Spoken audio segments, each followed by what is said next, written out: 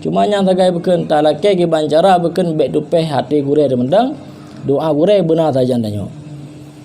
Tabak na palung baca beken tahlam fawaidul mukhtarah ketika na salah satu ulama tengah ketemu buat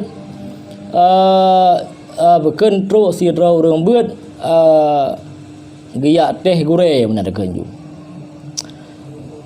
Jadi karena yang semua buat orang kasyaf maka merasa gedupu bahwanya memang kentujuan buat. Jadi dengan ucapan yang bengeh jadi ukhru geken hai beken trembak balik buat lun. Jadi setelah giyutreninan padahal zaman sebelum geikenan gaknyan urang yang telah menghafal 17 buah kitab gebegah kemudian khatam gafai beken Quran 20 juz. Setelah kejadiannya seluruh ingatan madum gadah termasuk Fatihah sembahyang gadah.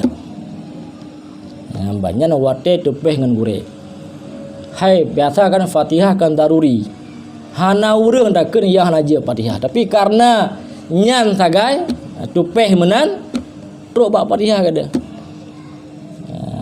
Truk Fatihah. Hai mia-mia yang lele beken han sampai tu lagi tapi na kejadian yang truk ringkatnya gadah. Duda setelah beken yang merumpa dengan ulama setempat gelakian pun gium doa ke bancara bui walam duda Allah cuma tok kembalikan dua macam Al-Fatihah dan surat An-Nas lain tetap hai timbalik li.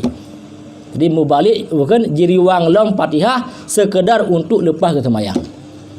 Yang 18 buah kitab yang awal yang Hanali. Quran yang 20 juz Hanali. Maka kenyo yang beken bercarang tamain dengan orang dia ada hang kenyon tu. Nyan tak kai. Lung rasa ke nyo mendang.